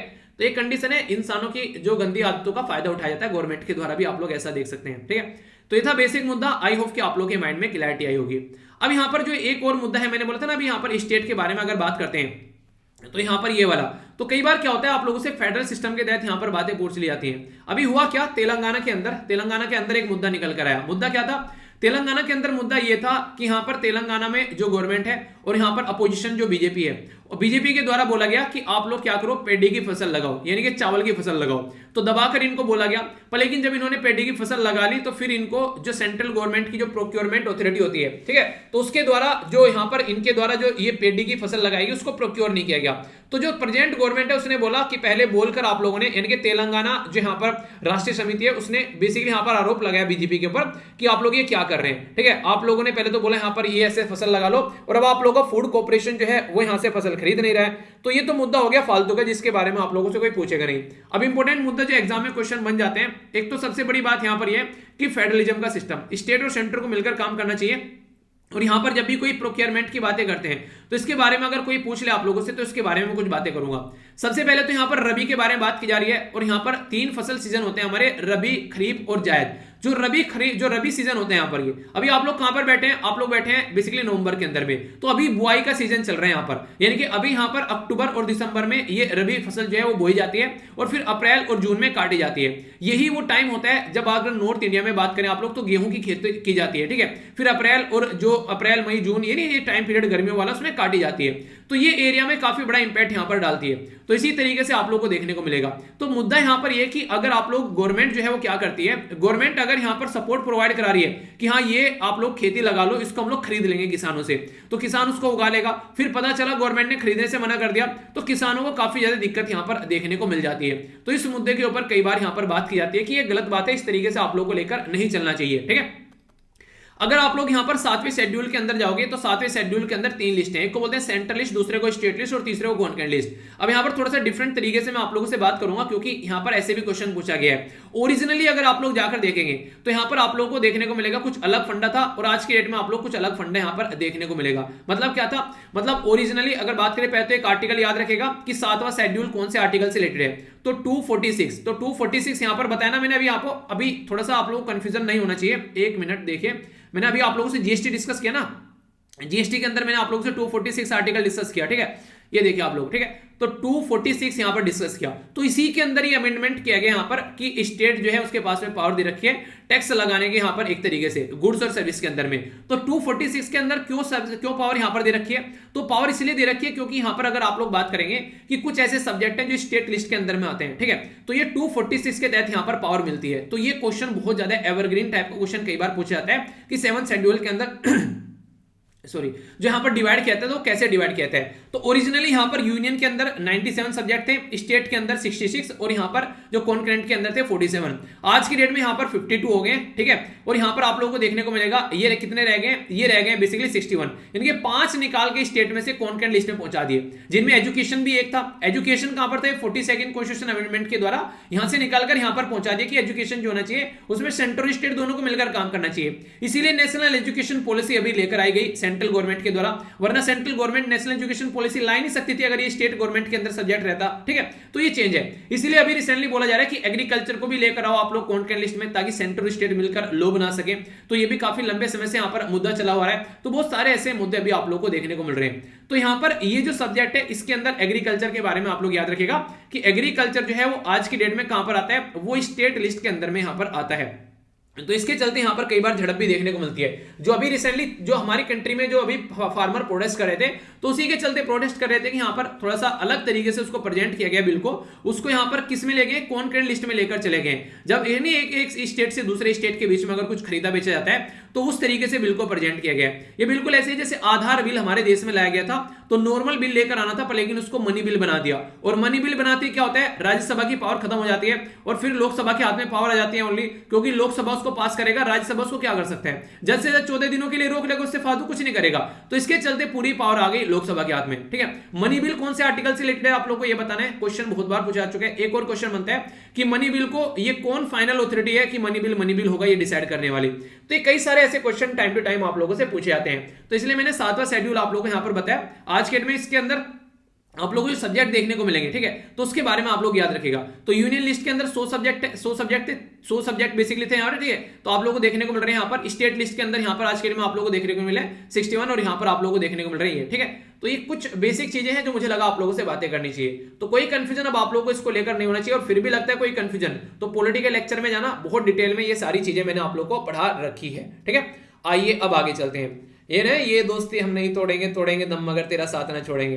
तो यहाँ पर ये कॉन्फ्रेंस ऑफ पार्टी 26 अभी कहां पर देखने को मिली, ये देखने को मिली ग्लासगो में। और ग्लासगो कहां पर है, अगर यहां से आप लोग जाओगे अपनी फ्लाइट पकड़कर तो यूके के अंदर आप लोगों को ग्लासगो देखने को मिलेगा। तो हमारी कंट्री के जो बेसिकली प्राइम मिनिस्टर मोदी साहब है ग्लासगो में पहुंचे, और ग्लासगो में पहुंचे यहाँ पर पहुंचने से पहले यहाँ पर क्या था, जो बाइडन ने बोल दिया था कि जैसे जैसा मैं बोल रहा हूं वैसी वैसी बातें वहां पर कर देना, फिर मैं आप लोगों को काफी हेल्प करने वाला हूं, ठीक है। तो ये मुद्दा यहां पर देखने को मिलेगा। तो जो बाइडन कह रहे हैं बस थोड़ा सा मेरी बातें मान लेना दोस्त, उसके बाद में फिर हम लोग संभाल लेंगे सारी चीजें। तो जो मोदी साहब जब है यहाँ पर पहुंचे, तो यहाँ पर ये कौन है, ये है यूके के जो प्राइम मिनिस्टर, ठीक है, जो बोरिस जॉनसन साहब, ठीक है। और यहाँ पर ये कौन है, ये है बेसिकली यूएन के जो चीफ हैं, इनका नाम आप लोग बताइए क्या है, ठीक है। तो यहाँ पर अगर बात करें तो मुद्दा ये था कि कैसे इंडिया को एक टारगेट में लेकर आना है, ताकि इंडिया ये बोल दे कि हाँ हम भी 2000 मतलब हम भी नेट जीरो एमिशन लेने वाले हैं। तो यहाँ पर इंडिया ने बोला ठीक है नेट जीरो एमिशन करेंगे 2070 तक। क्या क्या टारगेट है, पांचों के पांचों टारगेट इतने इंपॉर्टेंट है, कभी भी क्वेश्चन आप लोगों से एग्जाम में पूछा जा सकता है। तो इंडिया क्या करेगा, वो इंक्रीज करेगा एक तरीके से नॉन फ्यूसिल एनर्जी। तो यानी कि बोला गया है कि यहाँ पर जो रिन्यूएबल एनर्जी है, पहले हम लोग 450 का टारगेट था हमारा, अब हम लोगों ने 50 और ऐड कर दिया, तो थोड़ा सा ऐड कर दिया 2030 तक का। एक तो मुद्दा ये है। दूसरा 50% हम लोग के द्वारा एनर्जी जो रिक्वायरमेंट है उसमें बोला गया रिन्यूएबल एनर्जी से बनाएंगे हम लोग ये 2030 तक का। इसी के साथ में 1 बिलियन टन जो कार्बन एमिशन वो कम करने की बात की जा रही है 2030 तक का। और नेक्स्ट यहां पर जो मुद्दा है वो है 2030 तक का इंडिया जो है वो रिड्यूस करेगा कार्बन की जो इंटेंसिटी है, पहले 35 बोला था अब 45 बोल दिया है। तो बहुत सारे ऐसे मुद्दे हैं, इंडिया ने टारगेट रख दिया। पर यहां पर अब मुद्दा ये है कि यहां पर ये कैसे लेकर इसको चलेंगे वो भी देखना पड़ेगा। चाइना 2060 तक बोलता है खत्म करेंगे, यूएसए 2050 तक और इंडिया 2070 तक का। तो नेट जीरो का मतलब क्या होता है, यानी कि जितने पेड़ आप लोगों ने काटे हैं उतने ही पेड़ लगा दो, तो नेट जीरो होना चाहिए कि हाँ जीरो पेड़ कटे। तो इस तरीके से बातें लेकर चली जा रही है। तो कई सारे मुद्दे हैं यहाँ पर, आसान नहीं है, ठीक है, तो इसको लेकर चलना पड़ेगा, क्योंकि आप लोगों को पता है डोनाल्ड ट्रंप ने रायता फैलाया था उस टाइम पर। डोनाल्ड ट्रंप ने क्या किया था, वो पेरिस क्लाइमेट एग्रीमेंट से ही बाहर निकल गए। उन्होंने बोला कि नेचर जो है, प्रकृति जो है वो अपने आप को खराब करती है तो अपने आप को रिकवर भी कर लेती है। तो ऐसी बातें इनके द्वारा उस टाइम पर बोली गई थी। तो यही मुद्दा यहाँ पर देखने को मिला। तो अभी उसी मुद्दे को लेकर अगर हम लोग चलते हैं आगे, तो यहाँ पर हम लोगों को बेसिकली क्या है कि डोनाल्ड ट्रंप के पैटर्न से अगर नहीं हटेंगे तो उसी के चलते ये सारी चीजें हम लोग अचीव भी नहीं कर पाएंगे। तो इंडिया के अंदर पॉपुलेशन अगर बात करें 17% है, पर लेकिन अगर बात करें 5% हम लोग टोटल एमिशन आप लोगों को देखने को मिलेगा जब पर कैपिटा की बात करते हैं, इंडिविजुअल कितना एमिट कर रहा है। तो उसके चलते वर्ल्ड रिसोर्स इंस्टीट्यूट के द्वारा बोला गया कि 3.3 बिलियन टन 2018 में एमिशन देखने को मिलेगा और 4 बिलियन तक यहां पर 2030 तक का। तो इंडिया जो है वो ऑलरेडी बोल चुका है कि कोयले को बेसिकली यूज नहीं कर, मतलब नया कोई पावर प्लांट लेकर नहीं आएगा एक तरीके से 2022 के बाद में, यानी कि अभी जितने हम लोग काम करें करते रहेंगे, ठीक है। तो कहने का मतलब ये कि टारगेट तो रखे जा रहे हैं, पर लेकिन रियलिटी में टारगेट क्या होने चाहिए। रियलिटी में अगर आप लोग को ये जीरो एमिशन कर रहे हैं तो यहां पर काउंसिल ऑन एनर्जी, ये इन्वायरमेंट एंड वाटर के द्वारा बोला गया है कि आप लोग को अलग तरीके से सोचना पड़ेगा। अलग तरीके से मतलब आज की डेट में आप लोगों ने 500 बोला है कि आप लोग सोलर करने वाले हैं, पर लेकिन यहां पर अगर आप लोग पैटर्न में लेकर चलेंगे नेट जीरो करना है तो 5600 गीगावाट करना पड़ेगा, ठीक है। इसी के साथ में और भी कई सारे स्टेप आप लोग को उठाने पड़ेंगे, जैसे कोयला जो है बिल्कुल खत्म करना है, 99% खत्म करना पड़ेगा 2060 तक का कोयला, तब जाकर आप लोग इसको अचीव कर पाओगे। इसी के साथ में क्रूड ऑयल वगैरह ये सारी चीजें जो है आप लोगों को 90% तक इनको डाउन लेकर आना है, ठीक है। ग्रीन एनर्जी पर फोकस देना, हाइड्रोजन बढ़ाना है। अब इंडिया बोलने लगा, देख यार जो बाइडन, देख ये सारे काम तो करना हमारे बस की बात है नहीं जब तक तुम पैसे नहीं दोगे। जो बाइडन कह रहा है तुम हाथ तो भरो, पैसे हम देंगे। पता चला अभी यहां पर आगे चलकर इलेक्शन हो रहा है, जो बाइडन भाई साहब निकल लिए, ठीक है। तो इंडिया बोलेगा 2070 तक कैसे अचीव करेंगे, तुम तो पहले ही छोड़ गए, ठीक है। वो नहीं कहता, वो कहता है उस 3 इडियट मूवी में, ओए मेरी पेन तो तू ले गई, मैं साइन कैसे करूं। तो ये वाली बातें आप लोगों को देखने को मिलेगी। तो बेसिक मुद्दा यार ये है कि एक कॉम्बिनेशन के थ्रू काम चलता है, कुछ के पास में रिसोर्सेज है, कुछ के पास में रिसोर्सेज नहीं है, इंप्लीमेंट करना है तो बिना रिसोर्सेज के काम नहीं चलेगा। ये तो वही है, कल को चलकर मान लीजिए मैं बोलने लगूं कि मुझे बहुत सारे गरीब बच्चों को किताबें देनी है, पैसे मेरे पास में है नहीं है, तो ऐसा तो नहीं कि मैं कपड़े उतार उतार कर बेचकर पैसे देकर बच्चों को किताबें दूंगा, ठीक है। तो एक बैलेंस बनाकर चलना होता है कि मेरी भी जिंदगी सही चलती रहे और चीजें भी सही चलती रहे। तो उसी पैटर्न में आप लोगों को देखने को मिलेगी यहाँ पर ये चीजें। तो इसका मतलब क्या है, घुमा फिरा कर ये कि किस तरीके से हम लोग को चीजों को लेकर चलना है, बैलेंस कैसे बनना है। तो ये मुद्दा यहाँ पर काफी इंपॉर्टेंट था। तो इसके बारे में आप लोग आइडिया रख सकते हैं, कोई कंफ्यूजन आप लोगों के माइंड में नहीं होना चाहिए इस पर्टिकुलर मुद्दे को लेकर। तो ये थे एडिटोरियल। अभी मैं आप लोगों से न्यूज एनालिसिस वाला पोर्शन यहां पर देखूंगा।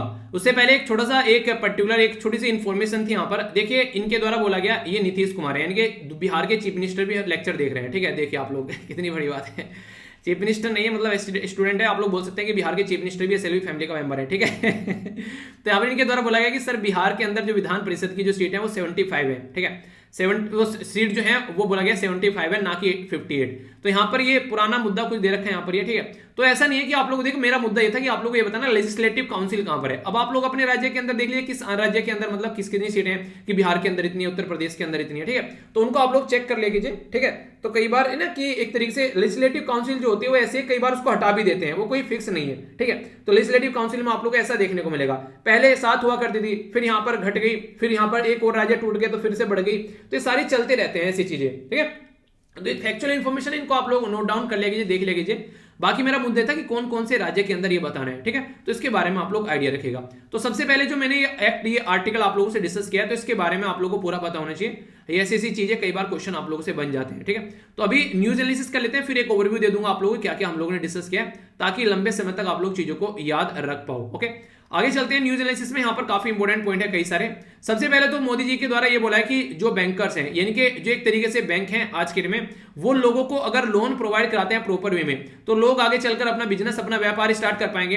तो उसको स्टार्ट करने के लिए यहाँ पर जो बैंकर्स हैं उनको सपोर्ट करना पड़ेगा, जॉब क्रिएटर को। यानी कि कल को चलकर आप लोग कोई बिजनेस स्टार्ट करना चाहते हैं तो आप लोग क्या करेंगे, और 3-4 लोगों को आप लोग जॉब देंगे। तो इससे क्या होगा, आप लोग खुद जॉब नहीं कर रहे हैं, आप लोग लोगों को जॉब दे भी रहे हैं, तो अपना तो पेट पाल ही पाल रहे हैं, आप लोग दूसरों का भी पेट पाल रहे हैं, दूसरों का भी घर चल रहा है, तो उनके घर में भी जरूरत चल रही है। तो कोई जॉब क्रिएट करने वाला है तो बैंक को उसको सपोर्ट करना चाहिए, ये बात बोली गई है, ठीक है। जम्मू और कश्मीर में जो अभी यहाँ पर कई सारे लोगों की डेथ हुई, तो उसको बोला गया है भी मजिस्ट्रियल जो इंक्वायरी उसकी करनी चाहिए, तो उसके ऊपर मुद्दा चल रहा है। तो ये भी कई सारे इश्यूज हैं, खासकर इंडिया और जो बात करें यहाँ पर जो है पाकिस्तान की साइड से जो मुद्दा रहता है जम्मू एंड कश्मीर वाला, तो ये काफी बड़ा इशू यहाँ पर क्रिएट होता है, ठीक है। तो इसके बारे में बात की जा रही है। ये पर्टिकुलर एरिया यहाँ पर रेंजंग ला एक पर्टिकुलर पास है, वो पर्टिकुलर एरिया में इंडिया के द्वारा अभी बोला गया कि हम लोग यहाँ पर जो है बिल्कुल भी ढीले नहीं पड़ेंगे, क्योंकि इंडिया और चाइना के बॉर्डर पर आप लोगों को देखने को मिलेगा।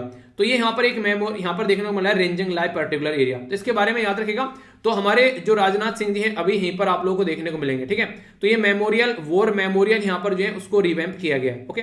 और बाकी यहाँ पर ये गंगा किनारा है वाराणसी के, अगर आप लोग बनारस से आते हैं तो आप लोग समझते होंगे किस पर्टिकुलर पिक्चर को दिखाया जा रहा है यहाँ पर, ओके। अभी जो नेक्स्ट मुद्दा है यहाँ पर ये बात की जा रही है डब्ल्यूटीओ के बारे में। देखिए वर्ल्ड ट्रेड ऑर्गेनाइजेशन ना वो उस तरीके से काम नहीं करता है जिस तरीके से उसको काम करने के लिए बेसिकली माना जाता है, ठीक है। कई बार क्या होता है जैसे कि छोटी छोटी कंट्री उनके ऊपर तो कुछ भी बोल देता है, पर बड़ी बड़ी कंट्री उनके खिलाफ कुछ नहीं बोलते हैं। इसलिए कई सारे मुद्दे ऐसे हैं जो उसमें वर्ल्ड ट्रेड ऑर्गेनाइजेशन ढंग से काम नहीं करता है। तो पीयूष गोयल साहब इसके बारे में यहाँ पर बात करें कि जो नेशन है यहाँ पर एक तरीके से वॉयलेशन करते हैं ट्रेड रूल का, ठीक है। तो यहाँ पर वर्ल्ड ट्रेड ऑर्गेनाइजेशन को उसको चीजों को समझना चाहिए। तो वर्ल्ड ट्रेड ऑर्गेनाइजेशन के बारे में आप अगर पूछ ले आप लोगों से, तो अभी रिसेंटली न्यूज में भी था जब यहाँ पर वर्ल्ड ट्रेड ऑर्गेनाइजेशन की 12वीं मीटिंग कॉन्फ्रेंस के बारे में बात की जा रही थी ना, यहाँ पर जनेवा के अंदर में स्विट्जरलैंड के अंदर में ये होने वाली थी, पर लेकिन फिर आगे चलकर यहाँ पे पहले यहाँ पर भी पहले पोस्टपोन हो, पहले कहाँ थी कजाकिस्तान में होने वाली थी। तो उसी के बारे में हम लोगों ने समझा था। तो इसको लेकर काफी ज्यादा चीजें आगे बातें चली थी कैसे कैसे चीजों को लेकर चल रहे हैं। तो वर्ल्ड ट्रेड ऑर्गेनाइजेशन कहां से निकल कर आया इसके बारे में मैंने आप लोगों से बातें की थी कि आप लोग याद रखना इसके बारे में क्या क्या ऑब्जेक्टिव है। तो यहाँ पर मार्कस एग्रीमेंट के बारे में बात की थी, ठीक है। तो यहाँ पर ये मार्कस एग्रीमेंट देखने को मिला, तो डिक्लेरेशन इसको बोला गया, साइन किया गया था मार्कस मोरक्को के अंदर में, ठीक है। तो इससे पहले यहाँ पर बेसिकली क्या था ये, तो यहाँ पर उसके बाद में फिर डब्ल्यूटीओ बन गया, ठीक है। उससे पहले क्या था आप लोगों को पता है, मैंने आप लोगों को 2-3 बार बताया भी है। बताइए चलिए देखता हूँ कौन बताता है। डब्ल्यूटीओ तो अभी आप लोगों को देखने को मिलता है, इससे पहले कुछ और बोला जाता था, वो बताइए चलिए देखता हूँ कौन कौन सी आंसर देता है। अभी यहाँ पर एक सबसे बड़ा मुद्दा चल रहा है ग्लोबल मिनिमम टैक्स को लेकर। ये G20 कंट्री ने अभी बोला है ग्लोबल मिनिमम टैक्स लेकर आना है। ये क्या है, जैसे आप लोग इनकम टैक्स पे करते हैं ऐसे यहाँ पर कॉर्पोरेट टैक्स होता है, कंपनी का इनकम टैक्स। कई सारे देश में इसको काफी कम रखा जाता है। तो इंडिया ये कहता है बेसिकली कि यहाँ पर आप लोग क्या करें, अगर इसको एक पर्टिकुलर पैटर्न में लेकर आ रहे हैं तो हम भी उसको सपोर्ट करते हैं, पर लेकिन कई सारी कंट्री यहाँ पर सपोर्ट करने के लिए तैयार नहीं है। तो डब्ल्यूटीओ क्या कहता है कि यहाँ पर यार ये कंट्री की ना सॉवरेनिटी का भी हर्ट हो सकता है यहाँ पर कि आप लोग फोर्स कर रहे हो। तो बोला गया था कि 2023 तक यहाँ पर इसको इंप्लीमेंट करो आगे चलकर। तो ये मुद्दा है। तो ये डब्ल्यूटीओ इसको लेकर चल ही नहीं रहा है। कई सारी कंट्री जो है उसके लिए नेगोशिएशन की जब बात की जाती है तो उसको कैसे लेकर चलना है, तो डब्ल्यूटीओ कैसे उसमें लेकर आएगा चीजों को, तो ये भी एक मुद्दा रहता है। तो डब्ल्यूटीओ को लेकर कई तरीके की चीजें यहाँ पर बात में रहती हैं, ठीक है। आगे चले तो यहाँ पर जो चोर है वो कोतवाल को डांटने की कोशिश कर रहे हैं। यहाँ पर क्रिश्चियन जो वेस्टलैंड के बारे में बात की जा रही है, तो अगस्ता वेस्टलैंड जो वीआईपी डील थी उसके तहत इनको पकड़ा गया, ठीक है। तो यहाँ पर ये जो लॉज है यहाँ पर करेंटली ये तिहाड़ जेल के अंदर है। तो ये यूके के प्राइम मिनिस्टर को ये बोल रहे हैं कि भाई साहब बहुत गंदी जेल है यहाँ, तो मुझे बचा लो, यहाँ से ह्यूमन राइट का हनन हो रहा है और मैं यहाँ पर हंगर स्ट्राइक पर जाऊंगा। ये ऐसी थ्रेट इनके द्वारा दे दी, यानी कि जेल के अंदर पड़ा हुआ है तो गांधी जी के पैटर्न फॉलो कर रहा है इंसान। चलिए जो भी है, अरविंद केजरीवाल साहब के द्वारा बड़ी अच्छी बात बोली गई। अभी अच्छी बात ग्राउंड पर कितनी इंप्लीमेंट होती है तो वो तो टाइम बताएगा। बोला गया 2025 तक गंगा को बेसिकली यमुना को साफ कर देंगे, ऐसा कुछ गंगा के लिए बोला गया था कि 5 साल में गंगा को साफ कर देंगे। अब तो हुई तो है नहीं, अब देखें यहाँ पर क्या है, क्या चीजें चलेंगी आगे चलकर देखते हैं। तो असेंबली इलेक्शन का एक मोटो इसको बनाकर चला जाए, जो 2020 में बोला है कि हाँ ऐसा करके चलेंगे। तो देखते हैं यार क्या होता है। पॉलिटिशियन जो बोलते हैं वो करते नहीं है, तो इसलिए पॉलिटिशियन की बातों पर ज्यादा विश्वास रहा नहीं आजकल, ठीक है। सुप्रीम कोर्ट के द्वारा यहाँ पर बोला गया कि एक तरीके से इंपॉर्टेंट मुद्दा है, अगर आप लोगों से कोई पूछ ले कि सुप्रीम कोर्ट जो है वो नॉर्मली एडमिनिस्ट्रेटिव चीजों में ज्यादा इंटरफियर नहीं करता है। तो बोल दिया है कि यहाँ पर जो 10वीं और 12वीं के जो एग्जाम है वो हाइब्रिड मोड में करा रहा है, कोई कैसे करा रहा है। तो यहाँ पर बोला गया कि एक तरीके से इंटरवीन करना, डिस्टर्ब करना इस स्टेज पर ये सही नहीं होगा, ठीक है। तो एजुकेशन के मैंने अभी बताया, आप लोगों को याद रखेगा ये बेसिकली कौन करंट लिस्ट में आती है जब 7वें शेड्यूल के अंदर आप लोग जाते हैं, तो ठीक है। आसियान जो कंट्री है इसके बारे में आप लोगों को मैं कई बार डिस्कस कर चुका हूं, आप लोगों को पता भी है। टोटल मिलाकर 10 कंट्री आती हैं, 10 के नाम आप लोगों को लिखने हैं। G20 के बारे में आप लोगों से क्वेश्चन पूछा गया था यूपीएससी के द्वारा, तो आसियान के बारे में पूछा जा सकता है, ठीक है। तो बताइए कल फिर इसके बारे में हम लोग डिस्कस कर लेंगे। तो अभी बोला ये गया आसियान के अंदर कि म्यांमार में जो आज के डेट में जो नहीं म्यांमार में जो आर्मी है आज के डेट में, ठीक है, तो आर्मी का जो रूल म्यांमार में चल रहा है तो उसको बेसिकली बोला जा रहा है चाइना के द्वारा कि यहाँ पर मीटिंग ज्वाइन करने के लिए अलाउ करना चाहिए, पर आसियान उसको मना कर रहा है, तो उसकी वजह से दिक्कतें देखने को मिल रही है। नेक्स्ट यहाँ पर ज्योति जो है उनके द्वारा यहाँ पर जीता, एक मिनट, ज्योति जो है यहाँ पर उनके द्वारा यहाँ पर एक काफी अच्छी विक्ट्री देखने को मिली, ठीक है। तो इसके चलते यहाँ पर ये न्यूज में, तो क्या चल रहा है यहाँ पर, ये एशियन आर्चरी चैंपियनशिप चल रही है, तो उसके चलते यहाँ पर इनके द्वारा ये अच्छा खासा परफॉर्मेंस यहाँ पर देखने को मिली, ठीक है। तो याद रखिएगा यहाँ पर ये कई बार क्वेश्चन आप लोगों से बन सकते हैं। ये कहाँ पर है, ढाका, ठीक है, तो बांग्लादेश के अंदर यहाँ पर ये चल रहा है, तो ये इंपॉर्टेंट मुद्दा बन जाता है। यहाँ पर जो आप लोगों से मैंने क्वेश्चन पूछा था ये काफी इंपॉर्टेंट था। मैंने आप लोगों को बता रखा है कि ट्रॉपिक ऑफ कैंसर जो है वो कहां से होकर गुजरती है। तो गुजरात, राजस्थान, इसी के साथ में आप लोगों को देखने को मिलेगा मध्य प्रदेश। ठीक है, यहाँ पर क्या हो गया, यहाँ पर हो गया छत्तीसगढ़, ठीक है, यहाँ पर हो गया झारखंड और यहाँ पर हो गया वेस्ट बंगाल। तो 6 तो ये राज्य थे। उस टाइम पर याद होगा मैंने बोला था कि यहाँ पर आप लोग को देखने को मिलेगा कि क्वेश्चन यहाँ से बन सकता है। ठीक है, तो इस तरीके से समझिए। तो यहाँ पर ये हो गया त्रिपुरा और ये हो गया मिजोरम। तो यहाँ पर इसके द्वारा बोला गया एक तरीके से ये स्टेटमेंट बिल्कुल आप लोग पकड़ सकते हैं कि बांग्लादेश और म्यांमार का बॉर्डर एडजस्ट करती है। तो मिजोरम यहाँ पर ये काम कर रहा है, बॉर्डर पर है, तो आंसर इसका बी हो गया। ठीक है, इसी के साथ में यहां पर अगर बात करते हैं सेंटर और स्टेट के रिलेशन के बारे, वो सॉरी एग्जीक्यूटिव और जुडिशरी के जो रिलेशन के बारे में हम लोग बात करते हैं सेपरेटन, तो हमें ये क्वेश्चन अलग तरीके से पूछा गया था कि आर्टिकल 50 के बारे में पूछा जाता है। ठीक है, कि कौन सा आर्टिकल बोलता है, तो आर्टिकल 50 यहां पर आप लोगों को बोलता है कि बेसिकली एग्जीक्यूटिव और जुडिशरी जो है सेपरेट होनी चाहिए। और ये कहां पर आता है आप लोगों को पता है, मैंने कितनी बार बोला है कि यहां पर जब पार्ट 4 में जाएंगे तो जैसे पार्ट 3 के बारे में बोलता है आर्टिकल 12 से लेकर आर्टिकल 35 तक, ऐसे ही आप लोगों को आर्टिकल 36 से लेकर आर्टिकल 51 तक आप लोगों को देखने को मिलेंगे। ठीक है, तो यहां पर 50वां जो आर्टिकल आता है वो इसी चीज के बारे में बात करता है। तो ये किस पार्ट में आ गए, तो पार्ट 4 में आप लोगों को ये देखने को मिलेगा। तो ऐसी चीजें होती हैं, डायरेक्ट आप लोगों से बन जाती हैं चीजें एग्जाम में। ठीक है, तो इसके बारे में आप लोग बताइए। चलिए, आई होप कि आप लोगों ने इसको एंजॉय किया होगा। तो जो जो मैंने डिस्कस किया है आई होप कि आप लोगों के माइंड में अब क्लैरिटी उसको होगी। ठीक है, तो सबसे पहले तो फिर से आप लोग अच्छे से एंजॉय कीजिएगा जो यहाँ पर गुरु नानक जयंती जी है। ठीक है, इसी के साथ में जो मैंने आर्टिकल डिस्कस किया यहाँ पर पोक्सो के बारे में। ठीक है, तो ये काफी इंपॉर्टेंट था, बिल्कुल माइंड में कोई आप लोगों के डाउट नहीं होना चाहिए। फिर हम लोगों ने यहाँ पर बेसिकली देखा ये कार्टून जिसके बारे में बातें की, क्वेश्चन पूछा गया था यहाँ पर, ये भी आप लोग बता दीजिएगा जो कि यूपीएससी के द्वारा पूछा गया। क्रिकेट की ये यहाँ पर क्रिकेट के बारे में पूछा और कहाँ कहाँ पर क्या चल रहा है वो समझा। इसी के साथ में शेड्यूल और ये क्रॉप वगैरह वो सारा पैटर्न समझा हम लोगों ने। यूएसए और चाइना के बीच में जो झड़प चल रही है वो सारी चीजें हम लोगों ने काफी डिटेल में देखी। आई होप कि आप लोगों के माइंड में क्लैरिटी आई होगी अच्छे से। इसी के साथ में यहाँ पर जीएसटी को हम लोगों ने समझा अच्छे से, काफी क्या क्या बातें चल रही है, कोई कंफ्यूजन नहीं होगा। और ये क्वेश्चन पूछा गया था अभी, इसके बारे में भी याद रखना। ठीक है, इसी के साथ में हम लोगों ने कॉन्फ्रेंस ऑफ पार्टी के बारे में समझा, क्या क्या मुद्दा है वो समझा। नेक्स्ट हम लोगों ने यहाँ पर ये समझी चीजें, कुछ मैप बेस्ड क्वेश्चन, और इसी के साथ में डब्ल्यूटीओ के बारे में कुछ बातें मैंने आप लोगों से शेयर की। ठीक है, तो ये भी कई बार क्वेश्चन आप लोगों से बन जाता है। बाकी गंगा को ये यमुना को ये साफ करने की बात कर रहे हैं, तो वो एक छोटी सी और इंपॉर्टेंट इन्फॉर्मेशन जो आप लोग यहां पर याद रखेगा। एक सेकेंड यार,